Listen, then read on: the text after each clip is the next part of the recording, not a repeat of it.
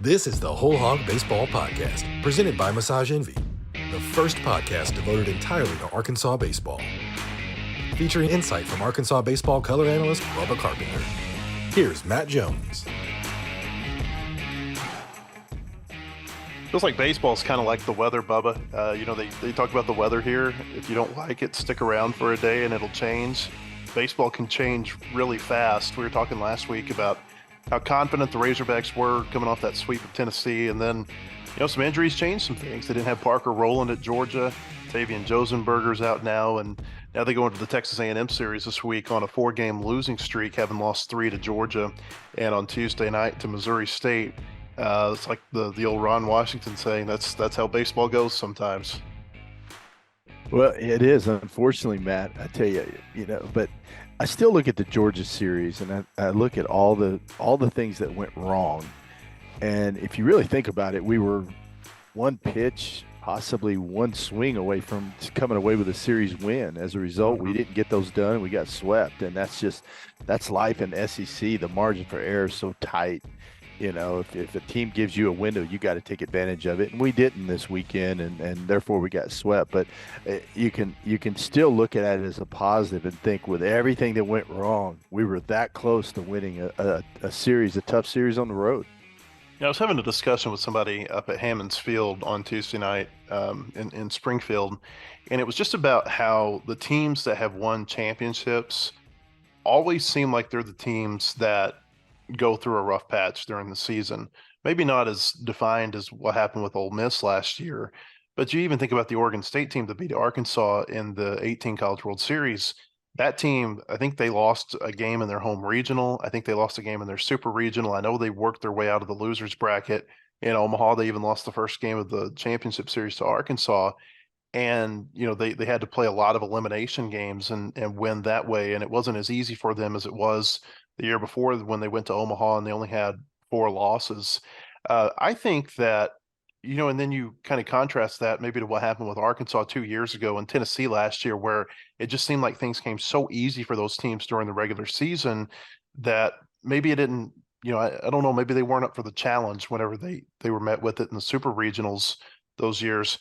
I think that when you go through rough patches like this, or even the rough patch that Arkansas went through late last year, it really hardens the team and helps them prepare for the postseason.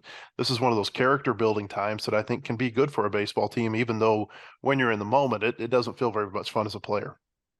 Man, I agree, Matt. I agree 100%. I think everything we went through last year got us ready for that Stillwell regional. We go in Oklahoma State. That's a tough place to play.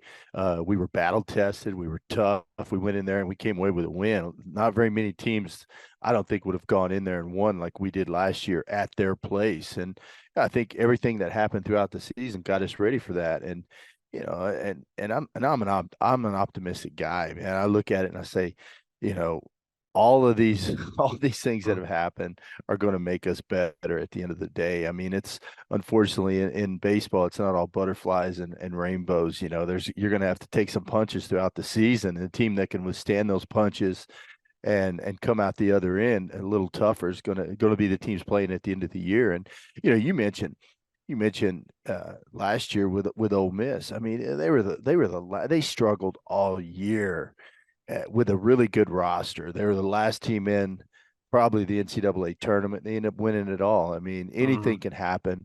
I think if we can just keep it together these next couple of weeks, which I think we can, I really do. I think we're going to be okay. That Ole Miss team, that it turned around for them late in the year when they got Jacob Gonzalez back on the roster. And of course, Arkansas is going to get some players back late in the regular season, or that's the expectation at least. The injuries have been piling up. We mentioned Parker Rowland was out against Georgia with a back injury. He's going to be back in the lineup this weekend against Texas A&M. Jared Wagner's out until probably the South Carolina series, at minimum, maybe the Vanderbilt series, which would be the last weekend of the regular season. Tavian Josenberger has a grade 1 strain to his hamstring. That's probably going to keep him out for a couple of weeks. It's an indefinite amount of time right now. But the feeling that you get talking to people around the program that it's probably going to be at least a couple of weeks. They're not expecting him to play at all against Texas A&M this weekend. Peyton Stovall, he's dealing with some arm soreness, I think some upper arm soreness that kept him off the trip to Missouri State. They think that he'll be fine by Texas A&M. They just wanted to give him a night off. And this is a lineup all of a sudden that doesn't look anything like the lineup that helped Arkansas race out to a 30-7 start, a 15 game start where they won 11 games in the SEC. It's a lot different all of a sudden than what we saw a couple 3 weeks ago. It is. It's a different look. Phil sent me the lineup last night and before the Missouri State game, and you just look at it, you're like, wow, boy, things have changed. But that's once again, that's the nature of the game. I mean, I guess the thing is, Matt, I've never seen a team have this many injuries, to both sides, to the pitching and to the position player side. But it is what it is, and look, we're Razorback baseball. We're tough. We're resilient. We'll find a way through it. I know DVH he's not gonna make excuses. And I know the guys on the team aren't gonna make excuses. They're just gonna find a way to come out and win, and that's what we expect out of them. I was driving back from Springfield basically overnight. It was like 2 o'clock when I got back into Fayetteville. I kept thinking about one of my dad's favorite songs. It was If We Can Make It Through December by Merle Haggard. It feels like this baseball team, it's like if we can make it through maybe like middle of May, everything's going to be all right. Hey, yeah, that's a good one. We might have to rewrite the words on that. Maybe we can get Phil to sing it on air. I don't know, but yeah, you're right. It's just a matter of surviving right now, and I think we can do it. Boy, wins are so hard to come by, and you see a win or two this past weekend slip away in Georgia. Those hurt. I mean, those really hurt, especially coming off a big sweep of Tennessee. But hey, it happens, man. Now we just got to come out and get back home to Baum Walker, which is always good medicine, and get back out there and play some Razorback baseball this weekend against a good A&M team that's hot. And we can talk about that in a little bit, but it's not going to be easy. But we go out there and play Razorback baseball, get a few guys step up on the mound. I think we're going to be all right. You mentioned Georgia, 2 1-run losses there on Thursday in game one. They have chances to win that game, and they just can't get it. They can't get runners in. I mean, they had a bases loaded, nobody out situation where they didn't score any runs in the 8th inning. Then they get, I think, 2 runners into scoring position in the 9th with 1 out. They can't get that run home. I thought that was, really disappointing for them, and maybe kind of set the tone for the weekend. They came back. I thought they played pretty well in the finale. But again, they missed on some chances where they really could have blown that game open. You think about the bases loaded situation where Borfin is called out on a strike that the dugout doesn't like, and Dave Van Horn gets ejected from that game. And, and then it felt like everything, the tough weekend really, trying to think how to say this, you could really see it kind of pile up at the end of the game. Georgia gets those runners on, and the pitching plan really didn't work the way they thought it would in game 3. Christian Fouch has to go a little bit longer than they wanted him to go. Georgia's able to load the bases against him, and then Ben Bybee comes in a tough situation against the 3 and 4 hole hitters for Georgia. It gives up a couple of home runs and a hitter-friendly ballpark. Just a tough weekend all around. And I agree with you. I mean, they're 2, maybe 3 swings away from that series being a 2-1 series instead of 0-3. Yeah, and that's the crazy thing about baseball in the SEC. I mean, they're just the value of 90 feet, the value of one pitch. I mean, it's crazy how that one swing can change things in the SEC, and we see it every week. This same thing happened to other teams. Now the thing that Razorbacks have done all year, if you look at all our stats, we really shouldn't be where we're at. We really, right.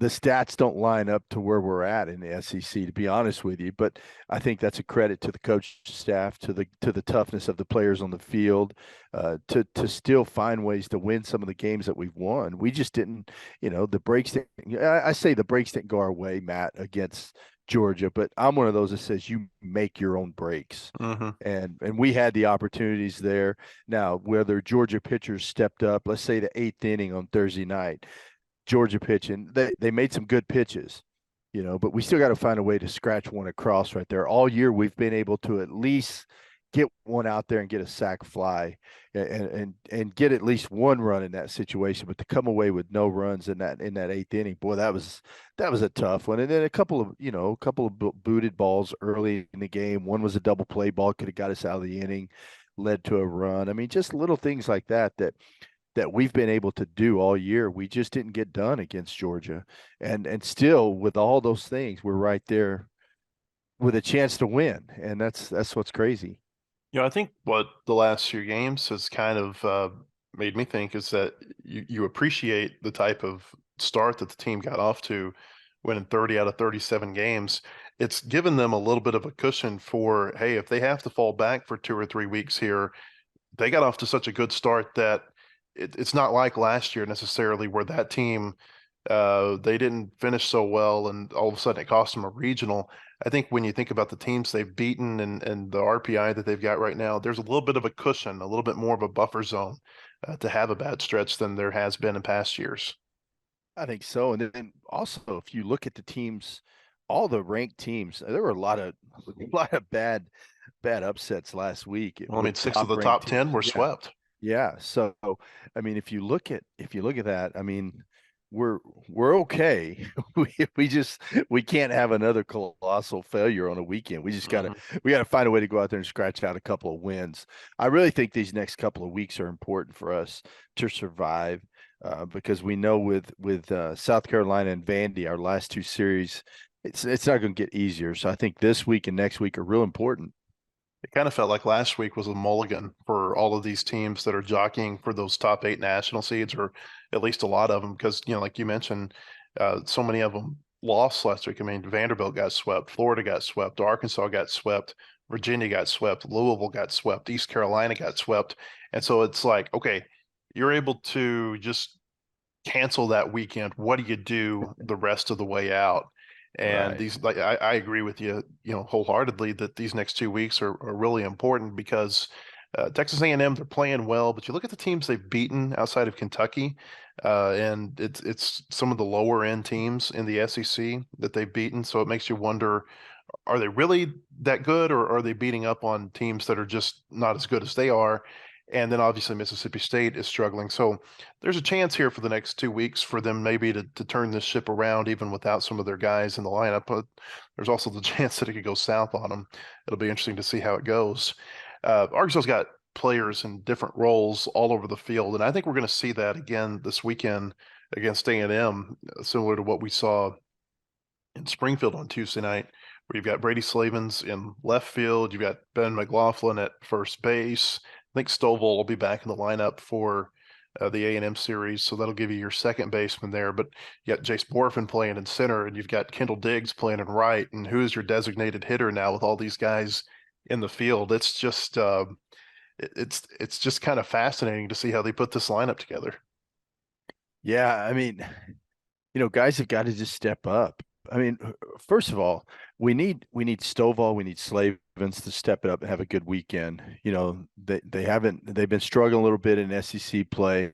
We need them to step up. But then, you look at Ben McLaughlin, he's been awesome. I mean, he stepped right in, and kind of took the place that Jared Wagner in the lineup, and he's done a really good job. But now we need a couple more guys to step up, whoever that's going to be. A guy I like a lot is Peyton Holt. When Peyton's in the game, the ball finds him. He ends up at the plate. He ends up in big situations at the plate. He's able to get the bat on the ball. Peyton Holt's a guy that we might see this weekend and maybe come up with a big play or a big hit at the plate. He tripled and scored in the game at Missouri State. Has there ever been an extra base hit where Peyton Holt's helmet has stayed on? No. I mean, that guy just flies around the bases. The helmet. I was watching him last night. I think he gave it about 3 different tugs on the that as he was rounding first base, going for second, and finally just gave up and looked like he may have even voluntarily just flipped it off and raced into third. He's a lot of fun to watch, and he's been doing this even since the preseason.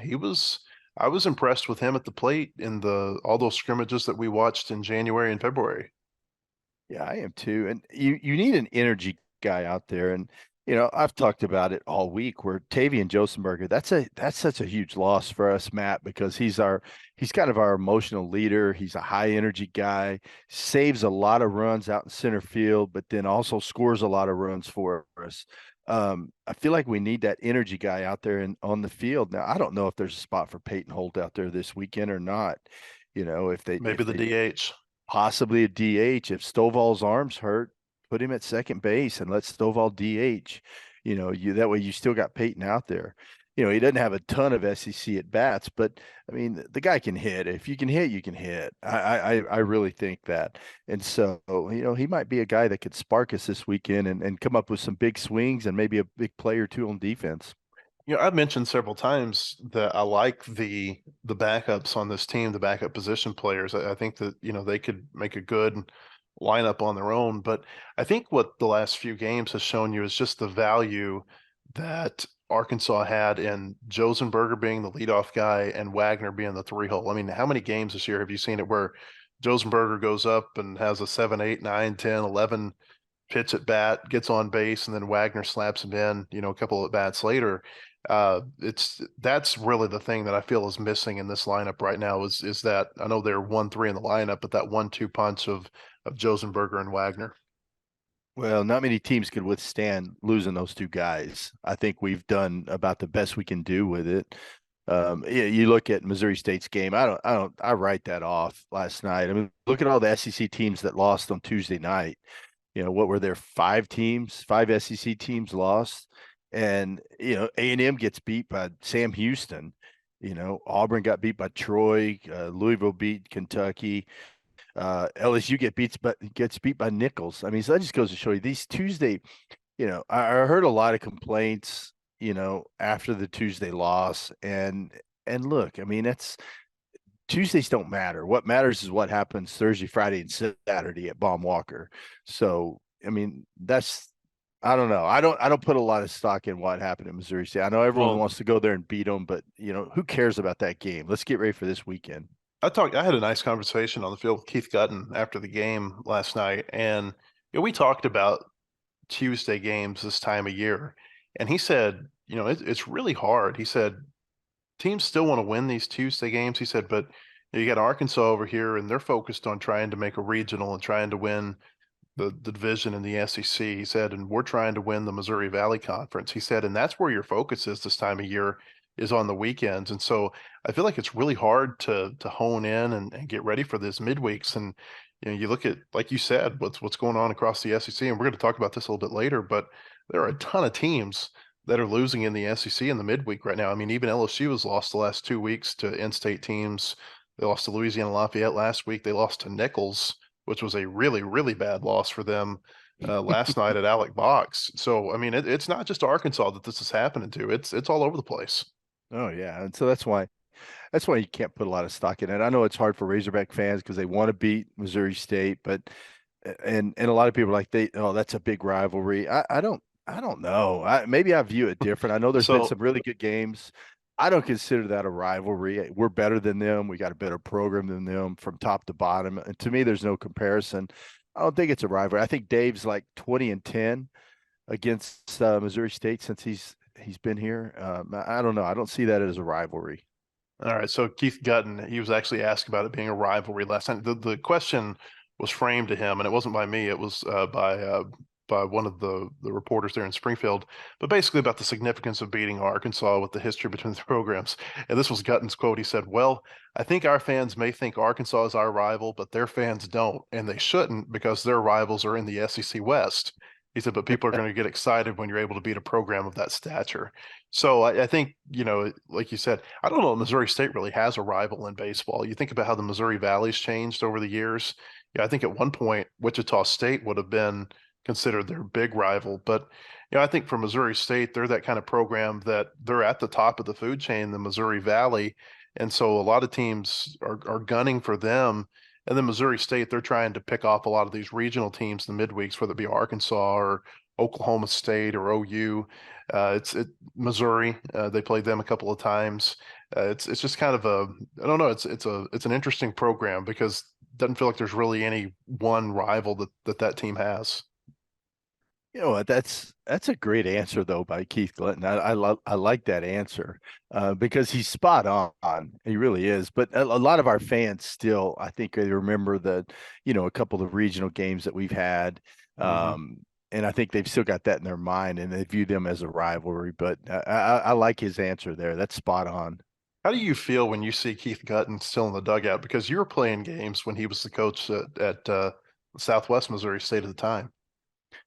I like it because I mean it's consistency. He's been there for a long time. He's done a good job. I like it. I like in today's game of or change. Everyone wants, the grass is always greener on the other side. Other side. It's good to see a guy stay in one place for a long time, and I love it about Arkansas too. I mean, you look at Norm DeBryan and DVH. I mean, it's just consistency, and I like that, man. I'm a creature of habit, Matt. I'm one of those says if it ain't broke, don't fix it, and so I like it. I wanted to talk to you, go back to the outfield talk for a minute. Slavin started at Missouri State in left field. It was the first time that he's played left field since his true freshman year at Wichita State. Uh, what did you think of him in left field last night? Look, Brady's an athlete. We talk about guys playing first base all the time that you throw your big donkey over there that can't move, can't do anything else but hit. I think of the Auburn kid last year, big dude that The Sheriff. crushed. Yeah, sure. I think of him when I think of a first baseman. Well, that's not Brady Slavin. Brady's an athlete. He moves Hmm. well. If you're an athlete, you can play. Now, the only difference is, look, I played some first base at U of A in the minor leagues. I played some first base. I played mostly right field and center, and I never had any trouble going from first base to right field. Now, when I got asked to play left field, man, it was different, Matt, Hmm. because that's the ball comes off the bat different because I had never played the left side of the field. I mean, everything was center, right, first. Uh-huh. So I'd never seen the ball, and it comes off a different angle. The righty's ball hooks, this lefty slice. It just seems to be more of a hook and slice in left field than it is over in right. And so that's what I had trouble with, but I don't think Brady will have trouble with it. He's an athlete, he'll adapt, and I expect he'll go out there and make plays. It'll be just like Kendall Diggs in right field. We've seen Kendall improve a ton over just a couple of weeks, and Hmm. and I think Brady will do the same thing. Yeah, with Kendall, it's not always making the catch up against the wall like he did against Georgia. Sometimes it's just making that read and cutting off a ball where it keeps a base runner from going, basically turning a single into a double. It seems like he's done a pretty good job with that. Now, you mentioned something that I actually had this thought last night against Missouri State, thinking that Diggs has played a lot of third base, Slavens has played a lot of first base, and I know Brady's played some third base too. I just thought it was interesting that they've kind of crisscrossed in those corner outfield positions. Well, see, I thought that too when they moved Orphan to left and Diggs to right. That was my first thought. Is it looks like to me it'd be easier for Diggs to scoot back to left, but maybe not. I mean, a lot of it has to do with how SEC hitters hit. Where Hmm. more balls are hit. I think there's more balls hit probably to left field than right. Right. Yeah, I don't know. I mean, DVH has a plan for everything he does. He doesn't operate on a whim, so there's a reason for it. I just when I'm coaching young kids at a young age, I try to get them to play, the right side and the left side. It doesn't matter to me if you're playing third base, you can play left field. If you're playing first base, you can play right field. And they're kind of interchangeable to me because it's the angle of the ball off the bat that you read. Um, but that's just me. But Kendall's done a good job in right field, and we'll see how Brady does this weekend. I assume he's going to be in left field, and I expect him to go out there and do a good job. I feel like Jace Borfin looks kind of like a natural in center. I think Jace could do anything. I think Jace could come in and play first base. I think he's just a baseball player, Hmm. and I look at Kendall Diggs that way too. Just a baseball player. You could put Kendall anywhere you want. He's one of those players. Hey, where do you play? Anywhere you want me, coach. I just see that out of Kendall and Jace. They just seem like that type of player. So I think they'll go out there and do a good job. Now, with that being said, Matt, I mean it's um, I don't want to sugarcoat it. There's going to be some balls that Jace Borfin's not going to get to that Tavian would have gotten to. There will be at least one this weekend that he won't get to. He doesn't run like Tavian. He doesn't get the jumps that Tavian does, but anything that he can get to, he's going to catch. Talk more Razorbacks here in just a moment. I want to tell you that the Whole Hog Baseball Podcast is sponsored by Massage Envy. Go to the best day spa and best massage in all of Northwest Arkansas.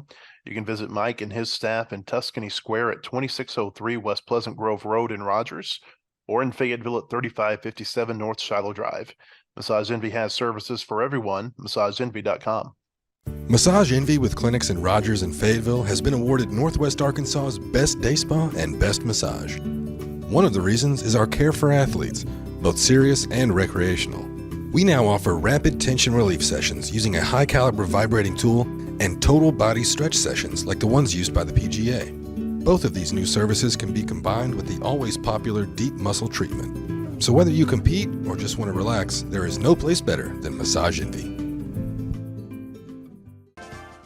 WholeHogSports.com has the largest, most experienced staff of reporters covering sports in Arkansas. Football, basketball, baseball, recruiting, and more. You'll find it at WholeHogSports.com. The website includes up-to-minute news, daily commentaries, and award-winning photography from the staffs of Hogs Illustrated and the Democrat Gazette. For subscriptions, call 1-800-757-6277. That's 1-800-757-6277. Or visit us online today. WholeHogSports.com. With almost 30 years in business, the Teague Law Firm can help with most family law and criminal law issues. Call James and the Teague Law Firm at 479-531-2785. We mentioned that there's been a lot of upsets across the SEC in the midweeks lately. And just this week, of course, Arkansas losing to Missouri State. We mentioned that LSU lost to Nichols on Tuesday night. You had Georgia State beating Georgia. Troy beat Auburn. Not really an upset, but Louisville, who's ranked, they beat Kentucky. It was Kentucky's first midweek loss of the year. And Texas A&M lost to Sam Houston State. Didn't even look very good at all. Lost 9-2 to Sam Houston State. And Jim Schlossnagle made one of the funnier comments that I've heard from a head coach this year, Bubba, when he said that Reveille, the mascot for the Aggies, their handler came out and threw the first pitch of the game against Sam Houston State. He said he threw it down the middle of the plate. My pitchers couldn't even throw it as well as Reveille's handler. That's awesome. That sounds like a Schlossnagle quote. That sounds like something he would say. That's a good one there. But you go back and Arkansas, they've had some troubles in the midweeks. They've had a lot of games. I wrote this last night. They've had 4 games this year where they scored the winning run or the go-ahead run in a midweek game in the 7th inning or later. It happened against Grambling State, happened against Illinois State, happened against Army, happened last week against UCA. Vanderbilt, they lose to Indiana State last week. LSU's lost the last couple. And kind of a common theme with those 3 teams is that they've got some issues in their pitching staff with injuries, whether it be Vanderbilt in the starting rotation, LSU with some of its top relievers that have been out for a few weeks. Of course, we know what's gone on with Arkansas's pitching staff.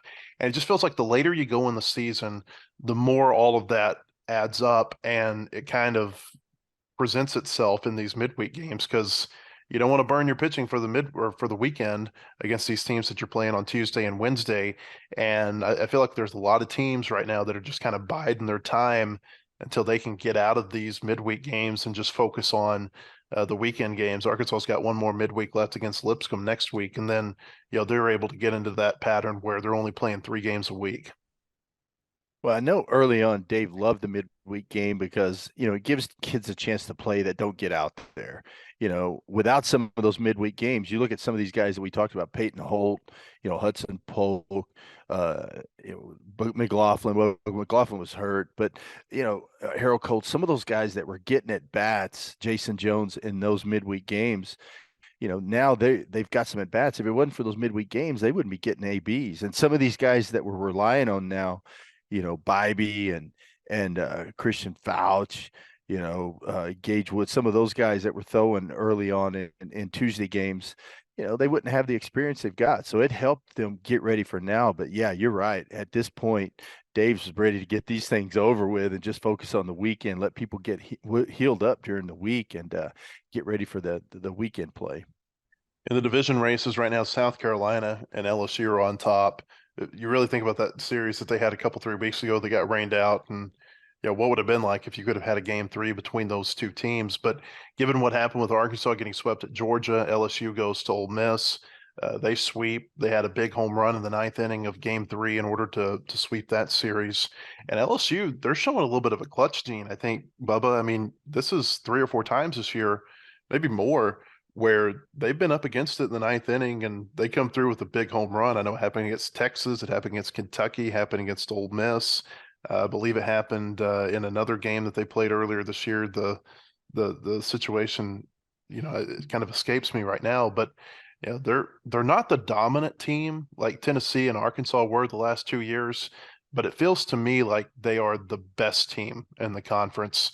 Maybe South Carolina would be the only team at this point that you could say would be kind of comparable to them based on the way they played them in Columbia. Well, I think what LSU has is they've got a veteran team, and their lineup is just full of veteran guys, and they've all stayed healthy. And I think that's huge right there. The fact that they're pretty much their starting lineup stayed healthy all year, and that's the thing that hasn't happened with us here in Fayetteville. But you're right. They're a good team. I'll tell you who's still scary to me is Tennessee. I tell you the way they went in and took care. Okay, well, I mean, Corbin Burns. I don't know if you watched him pitch any over the weekend, but he was dealing this weekend. Yeah. So I don't know if he's settled into his role at the end of that game, if they're going to use him as a closer from here on out. But I tell you what, he was dirty. Well, and they've gotten I forget his name. He started game 1 against Arkansas. He's a transfer from Charlotte, but Lindsey. Okay, Andrew Lindsey. And I thought Burns pitched pretty well against Arkansas in that relief role, and so maybe with Lindsey moving into that starting role, looks like Dolander's getting back on track a little bit. The Beam is a good starter for them. That could be kind of the linchpin, so to speak, for Tennessee, because I mean, think about Tennessee, how bad people felt about them going into the Vanderbilt series. They had gotten swept at Arkansas. They lost to midweek to Tennessee Tech last week. And then all of a sudden, nobody saw it coming what they were going to do against Vanderbilt. They win with a walk-off home run in the 12th inning of the first game, and then they just run away. They outscored Vanderbilt 31-9 during that series. We all know Tennessee's got a lot of potential, and maybe this is, like we were saying earlier, the teams go through a little bit of rough patch and it makes them better. You may be seeing that with Tennessee right now. Maybe. I thought when they left here and they were going to Tennessee, I'm like, oh, Tony's done. They're gonna get crushed at Tennessee, especially with Vandy's speed, because their pitchers do not hold runners well. I mean, we stole like crazy on them. I didn't think they had a chance, but I guess the key is keeping them off first base. I know Corbin Burns came in on Friday night. I want to say he threw 3 innings, struck out 7. I mean, if you keep them off first base, then you don't have to worry about stealing and holding them on. So maybe that's the new game plan. But yeah, they just went in there and just dominated Vandy. And I don't know. Tennessee's on a roll now. We'll see what ends up happening. But I do know that they're a team you wouldn't want to play postseason. They're going to get into postseason with their pitching.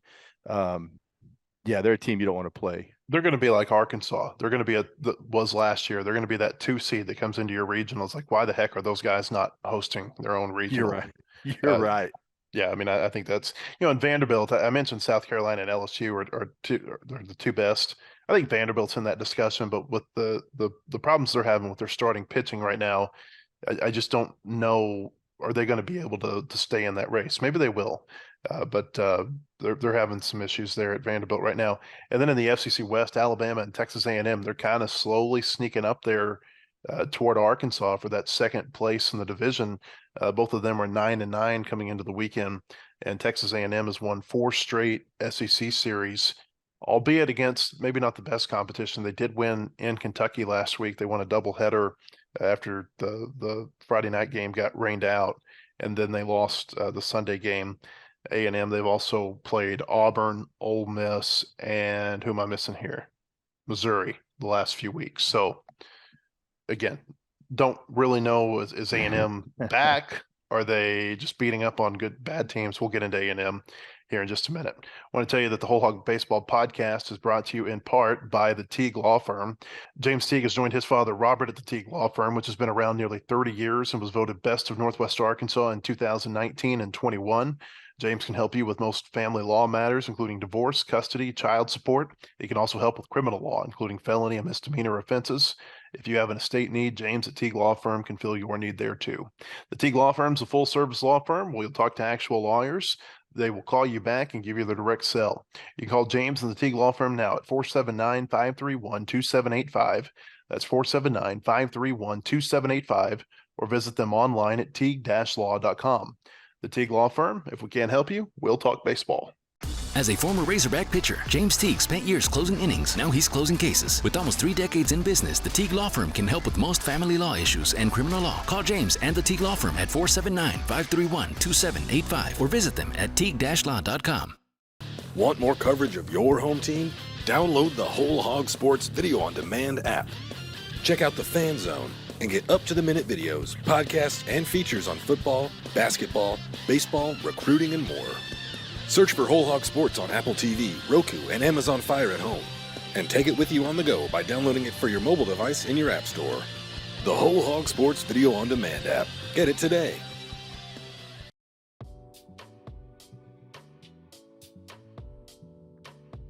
You know, in all the years that I've covered the Razorbacks, Bubba, last night was the first time that I've made the trip up to Springfield for an Arkansas-Missouri State game. Obviously, I would have gone up there in 2015 if they wouldn't have had their conflict with the Cardinals and been able to host a super regional, but I'd never made it up there for a midweek until last night. And I know you've been at that ballpark, Hammons Field, quite a bit. It reminds me a little bit of Dickey Stevens in North Little Rock. It just feels like it kind of has that same layout in the concourse and with their suites. And I know they're both AA facilities and those teams play each other quite a bit, but it's a nice park. Yeah, I love playing there. We play there some during the summer during showcase baseball with our high school kids, and it's a fun place to go play. Good ballpark, so we always enjoy going up there. Well manicured, I would point that out. That was one of the first things that I noticed as I was walking in was just how I don't know, just neat and tidy everything was there around the park. But one of the things that stood out to me was that is very clearly the Springfield Cardinals park, and Missouri State is just a tenant. I mean, you walk the hallways and you've got it's just a who's who of Cardinals history, whether it be Jack Buck or Bob Gibson or Stan Musial or whoever, all these, in so many cases, players who, and I know the older players didn't play in Springfield, but the younger generation of Cardinal greats, they've come through Springfield on their way up to St. Louis.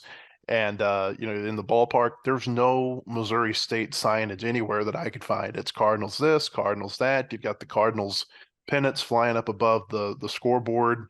And I don't know, it's an interesting dynamic that Missouri State, this has been their home park for all of these years, but it is very clearly the Springfield Cardinals home baseball stadium. And it's got to be tough for Keith Gutton and the players there, because just suppose that to what we have here at Baum Walker.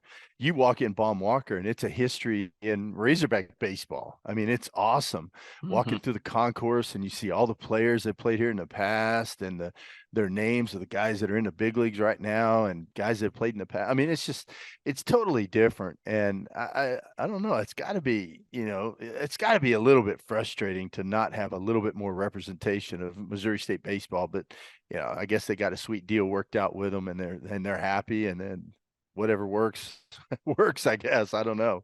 Yeah. I want to talk to you some about pitching for Arkansas.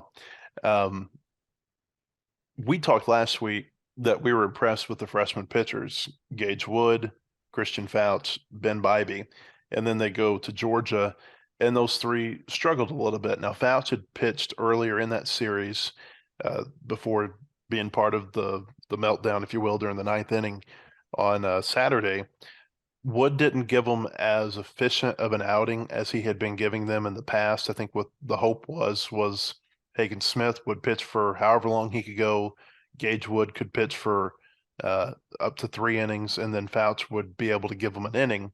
Wood was only able to get 5 outs. Fouts had to come in, and had he finished the game, he would have had to have given them 7 outs. Obviously, he was only able to give them 4.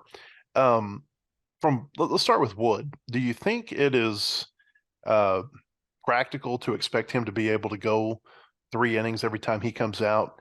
I know he's been able to do it a lot of times, but that's still a lot of innings, I think, to ask for somebody that's basically a closer and who throws, like he does. I think he can, Matt. I really do. I don't think it's asking too much of him to go 3 innings. He's been a starter his whole life. He's got elite stuff. He's strong. He doesn't lose his fastball after a couple of innings. He's still got his good fastball. I think he just had an off weekend, but the thing, he only walked 2 batters. That's the thing about it. You look at the fresh, they didn't walk. Christian Fauch walked 1. Ben didn't walk anybody. Gage Wood just walked 2, but he just wasn't real efficient. I mean, you're going an inning and 2/3. That's 52 pitches isn't very economical. So he's got to figure that out. But I think he can do it. I really do. And he's got the mindset and the mound presence. I don't think he's phased by in that situation. I really don't. And look, I'm impressed with these 3 guys.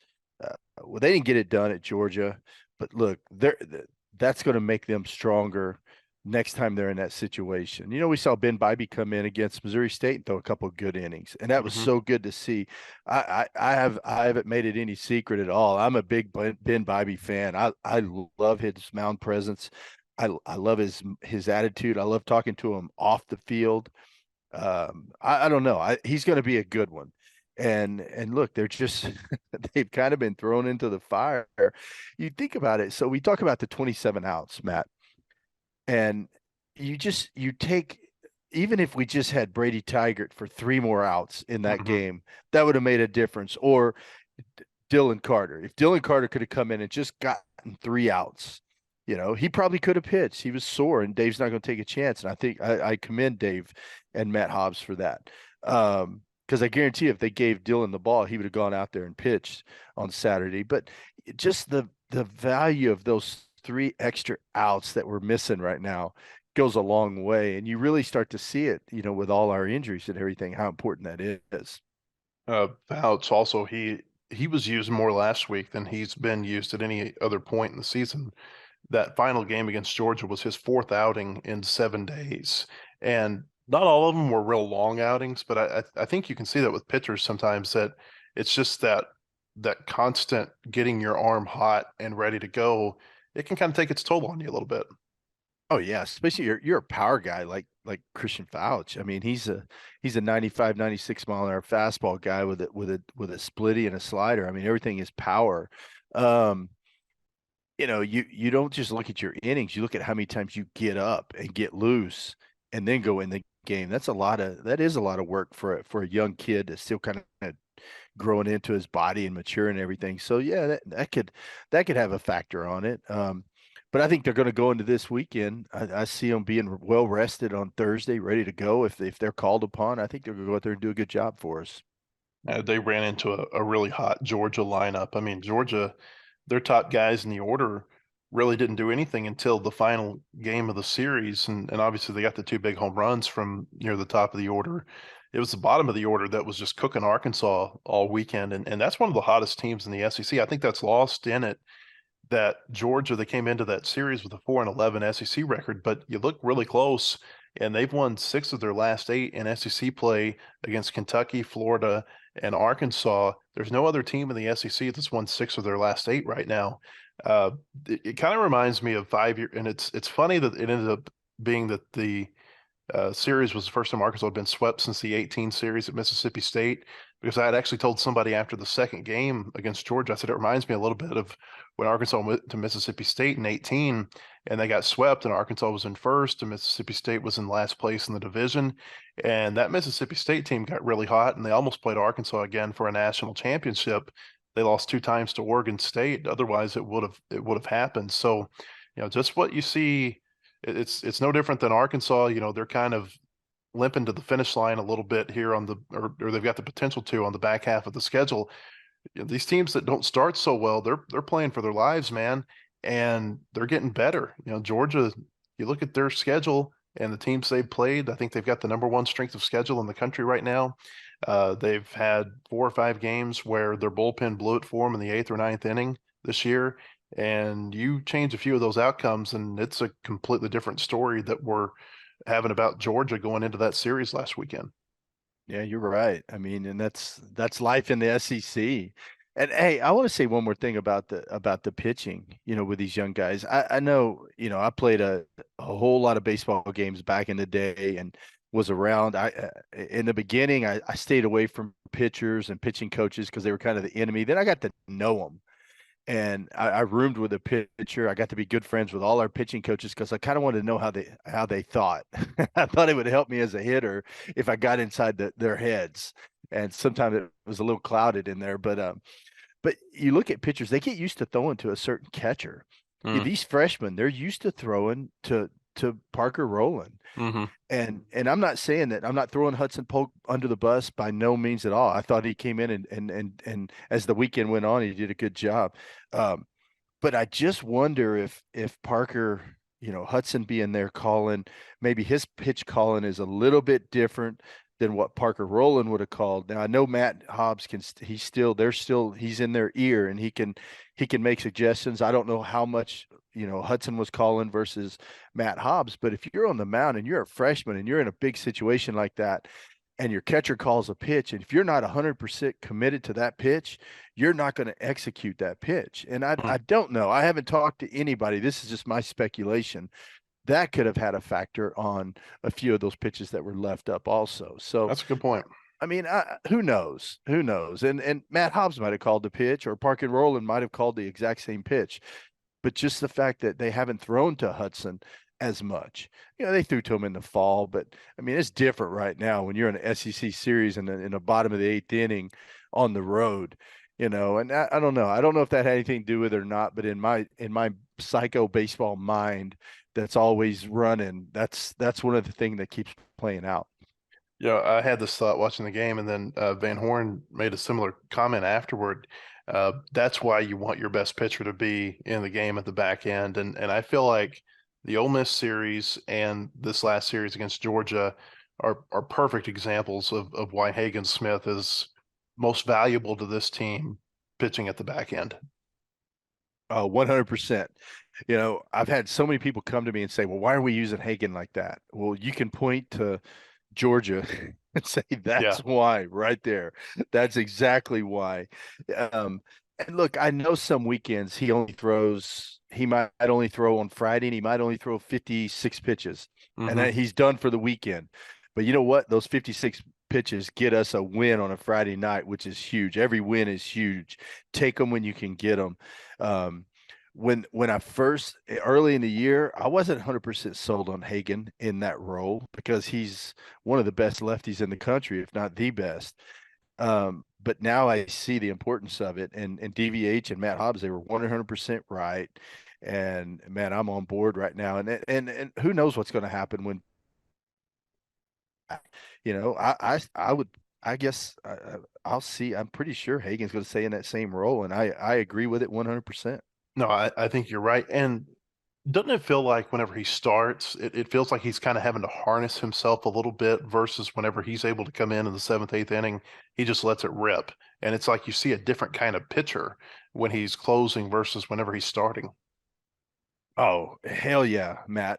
When he comes in out of the pen, he comes in with fire in his eyes. I mean, he's on go all the way.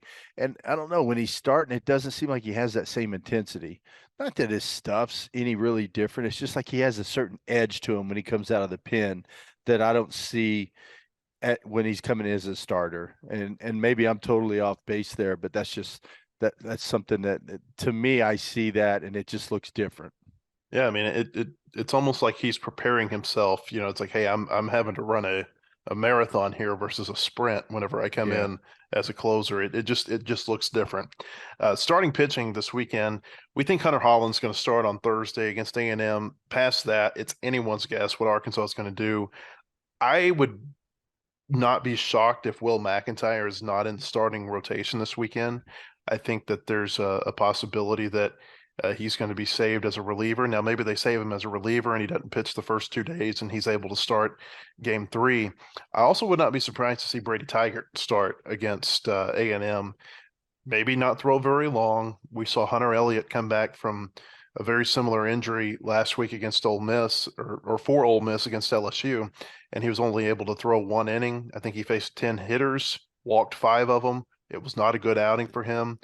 So I don't know. I think you probably have to uh, set your expectations low relative to the Brady Tigert that we've seen in the past. But they're able to get him out there this weekend. We think that he's going to pitch against A&M, that he's going to be on the 27-man, and I think there's a pretty good chance that you could see him as a starter, opener, however you want to say it, against the Aggies, whether that's game 2 or 3. I think you're right. I think it's going to happen. And I see Brady. The thing is with Brady Tiger, he's got one speed, and that's full speed. And I think starting him is perfect because you get him out there, you can control the environment a little bit, you can control his pitch count. I don't know. I think that'll be a good way to start him out, and then from there, who knows? He might stay in that role as an opener. Or he might end up eventually going back to the end of the bullpen and closing out games. But I think it's good. And what you said about Will McIntyre, I hate to see it, but I think you're right. If you go over Will's numbers in SEC, he's got a 7.62 ERA, 28 innings, 38 hits, 11 walks, 12 home runs. League's hitting 328 against him. The 38 hits and 11 walks, that's a whole lot of base runners right there. And that 328 batting average, he's just leaving some balls up. And I love Will McIntyre. He's an Arkansas kid. I really pull for the Arkansas kids, but he's just not getting it done. Maybe if he steps into a different role, then he can come out and that's what got him going last year, is coming out of the pen. And so maybe he needs to kind of come out of the pen and just air it out for a few innings, and maybe that'll change him. I don't know. And then who else do we have that can step in? Cody Adcock's pitched pretty well of late in SEC games. His numbers okay. Gage Wood could even come in. I don't know what they'll do. I mean, it's hard to say right now. That's why DVH makes the big bucks right there, Matt. It feels like we're waiting for one pitcher to step up and take a starting role, because you've got Holland. You think Smith is better in the back end. So who's going to step up and take a starting role over these next few weeks? Because it feels like that's going to be key to this team's success. I think you can piece it together in a third game of a series, but I feel like you got to have at least 2 solid starters. And that's really the one missing link on this team, injuries notwithstanding right now. If you get your guys back position player wise, it feels like that's the missing link with this team is they don't have a second starter right now. Who is that going to be? I don't know. Well, that's the Maybe it's $1 million Tiger. question. Yeah, maybe it is. Yeah. Of course, right now you're not going to get a lot of pitches out of Tiger. They're going to keep him to a low pitch count. Probably a lot of it depends on if there's high stress innings or not. Of course, I still say Brady pitches the same whether the base is loaded or base is empty. He's Brady. But I'd love to see Cody jump in there. I don't know. He threw probably 40, 50 pitches last night. I don't have it. I don't have the box score in front of me, but I'd say he threw 40, 50 pitches. He could come back on Saturday and start on Saturday. Possibly even Friday, I guess. And I don't know. It's hard to say. But you're right. Somebody needs to step up and take that role. We got to have one more starter that we can count on, and then we can go into Sunday and piece it together. But boy, it's hard to piece together Saturday and Sunday. Yeah, that's asking a lot out of a bullpen. It's already kind of thin right now. So you got to have that other starter.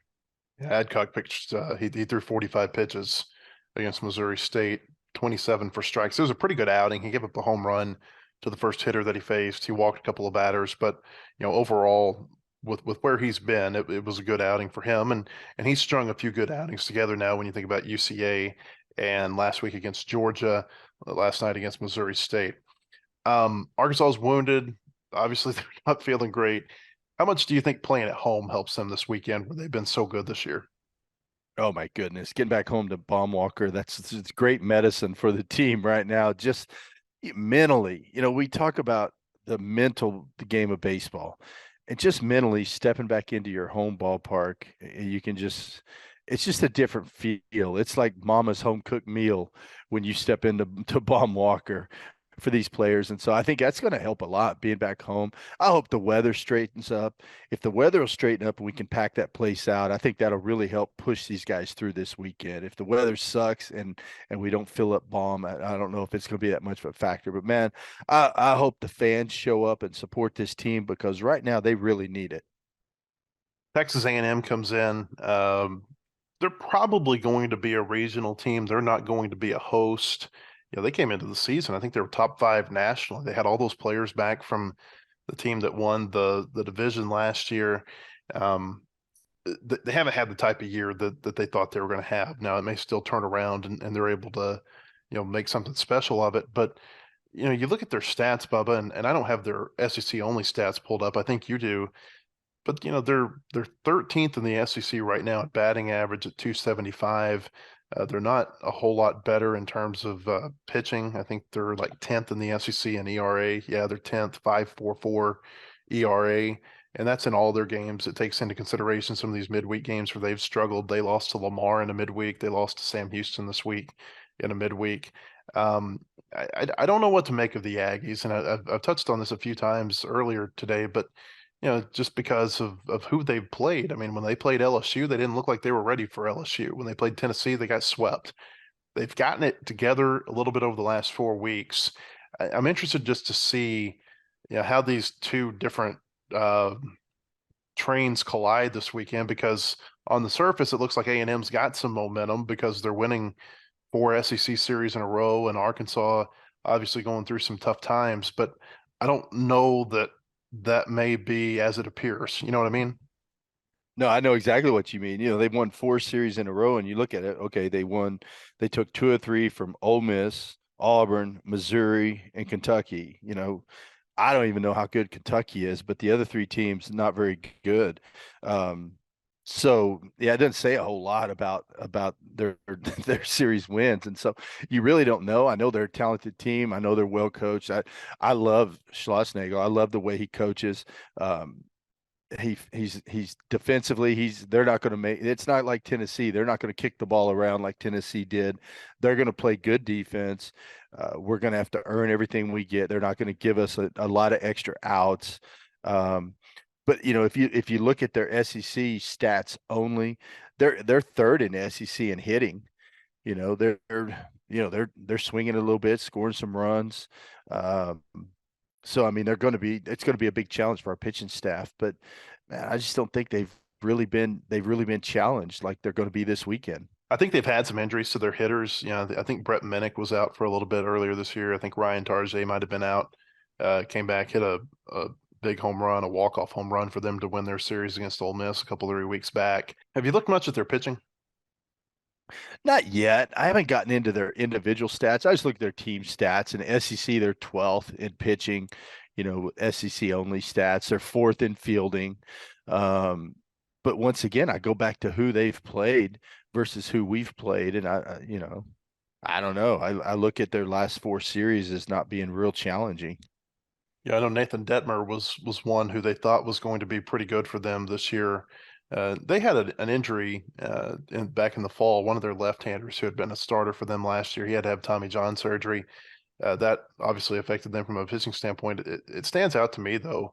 Look at Detmer. He's the only one who's really started for them every weekend. Troy Wansing's also thrown quite a bit. He's a left-hander from Kansas City who's probably going to be in the starting rotation this weekend. I don't think Reveille or his handler is going to be able to pitch for them up here at Baum. But Detmer, it's kind of like what you're seeing with Arkansas with some of these starters. Just not quite what you expected or what he did last year. And I think it goes back to something that we've talked about a couple of times this year. I just feel like it's really hard for pitchers a second time, like a second season through the SEC. It's like the hitters have figured them out. I was watching a great segment the other day on MLB Network, and it was with Mark DeRosa, and he was showing is it Yandis Alvarez of the Astros and AJ Minter of the Braves, and he showed how Minter just carved up Alvarez 2 years ago during the World Series, pitch by pitch. This is what he did, and then he showed him whenever they played this year, and the ways that Alvarez has corrected his swing to basically take away those holes that Mentor was finding. And I think you're seeing that with some of these hitters, because you get the hitters that are also going through their second, third year in the SEC. And it's like they figured out how these pitchers are pitching them and getting them out. And now those pitchers don't seem like they have much of an edge a lot of times the second time, or their second season, third season, whatever the case may be, through the league. Yeah, I get asked that question all the time. Who has the advantage? The pitcher that's faced a hitter multiple times, or the hitter that's faced the pitcher? And I say every time the hitter has the advantage. Once you face the guy a couple of times, you file those pitches away. And it's something I was talking about earlier in the week. Just the visualization. Once you see that pitch, you can visualize it over and over. And it's like you've done it multiple times. Then you get that pitch, you hammer it. Guys have tendencies. I don't care, how long they play. They've got tendencies at certain counts.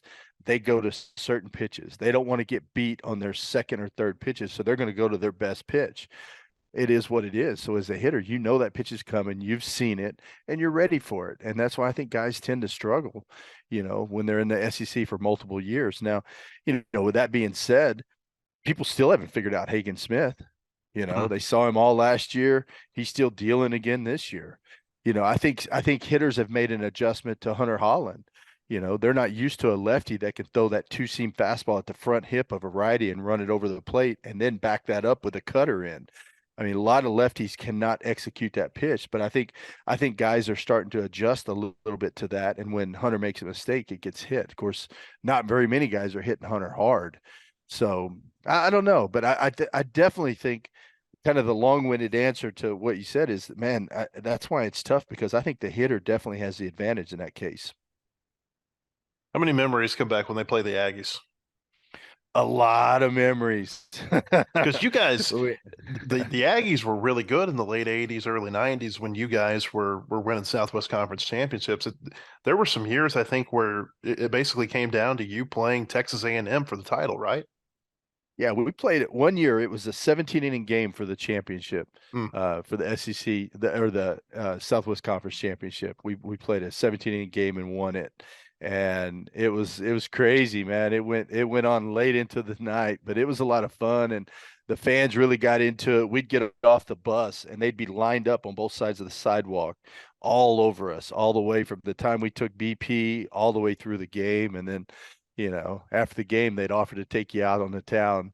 But yeah, we never did like the Aggies. It was close who I hated more, Longhorns or Aggies. But yeah, it was always a lot of fun though. You think of games that you really remember, and some of the chants and the rags that I heard at A&M still stick with me to this day. So I can't tell you most of them on the air, but there's some really good ones. Do you like, I mean, so like, you're one of these legacy players that goes back to the Southwest Conference. And yeah, sometimes I feel like the Southwest Conference days get forgotten. Like, for instance, you look at the outfield wall at Baum, you don't see the Southwest Conference championships, right? I mean, you guys won SWC titles. There was a team before you that won the tournament. And I've been told that is going to be corrected, the next time that they basically revamp the wall, put new padding out there, that they're going to get those Southwest Conference titles added to the wall. But it just seems like it gets forgotten a little bit. Do you like the fact though that you're going to see with Texas coming in, and obviously with A&M, do you like the fact that you've kind of got that throwback to those days? And then I don't know, it's a weird mixture, because you've got that, and then you've got 30 years of SEC history now built up with a lot of these teams. No, I do. I think it's a good thing. And I think it should be represented on the wall there, because that's a big part of our history. Mm-hmm. I mean, I think we won our first Southwest Conference championship in '89 was the first year we had won the conference, and then first we won regular season. Yeah. We won it again in '90, and we're winning 2 years. I want to say 2 years in a row. We won 50 games. And I mean, we weren't kissing babies back in the day, Matt. We were playing some real baseball. Now, I will say, with that being said, Southwest Conference was good back then. I mean, you had Texas, you had us, you had A&M. They were always up there high in the rankings. But look, it's nothing like the SEC is today. I conceded that a few years ago where, I mean, this is the real deal, what we're playing now. I mean, guys are better. They just are better. I used to say, oh, back in the day, you know, we would go into roll into SEC and dominate, but no, we wouldn't. Well, I think we might get rolled if we went to SEC.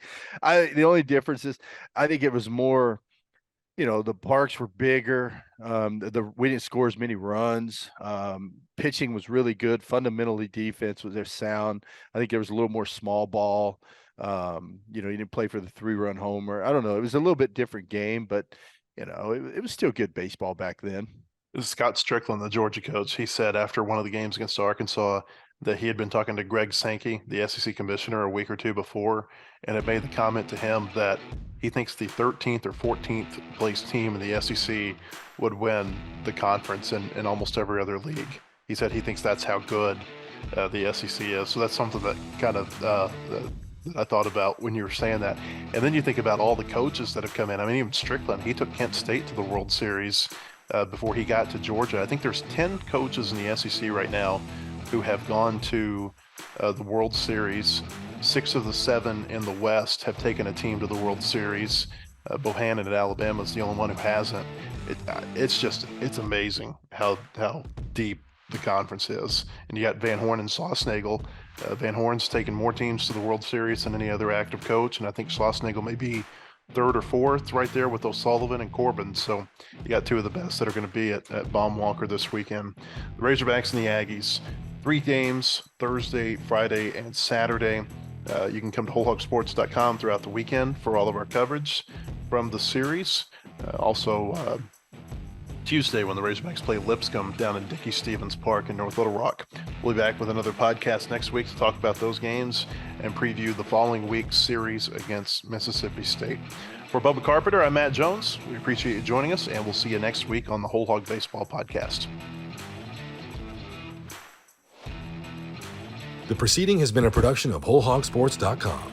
Look for our latest podcasts on Apple, Spotify, or your favorite podcast store. And visit us anytime at WholeHogSports.com for the latest news and commentary.